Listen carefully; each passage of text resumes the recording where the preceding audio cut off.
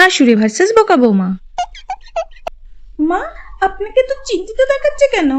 আর বলো না বৌমা, কে যেন ভোরবেলা এসে আমাদের পেয়ারা গাছ থেকে সব পেয়ারা পেরে নিয়ে যায়। তাই ভাবছি আজ আর ঘুমোবো না, আজ রাত জেগে দেখবো কে এটা করছে। এর জন্য আপনি কেন রাত জাগবেন মা? আমি তো আছি, আমি রাত জেগে দেখবো কে পেয়ারা গাছ থেকে পেয়ারা পেরে নিয়ে যায়। তুমি পারবে তো বৌমা? হ্যাঁ মা, পারবো, ভরসা রাখুন। আপনি উঠে পড়েছেন মা? হ্যাঁ, উঠে পড়েছি। আজ কি সেই চোরটা আসেনি বৌমা? এসেছিল তো। তো তুমি চোরকে ধরোনি কেন? আর আমাকেও তো ডাকোনি।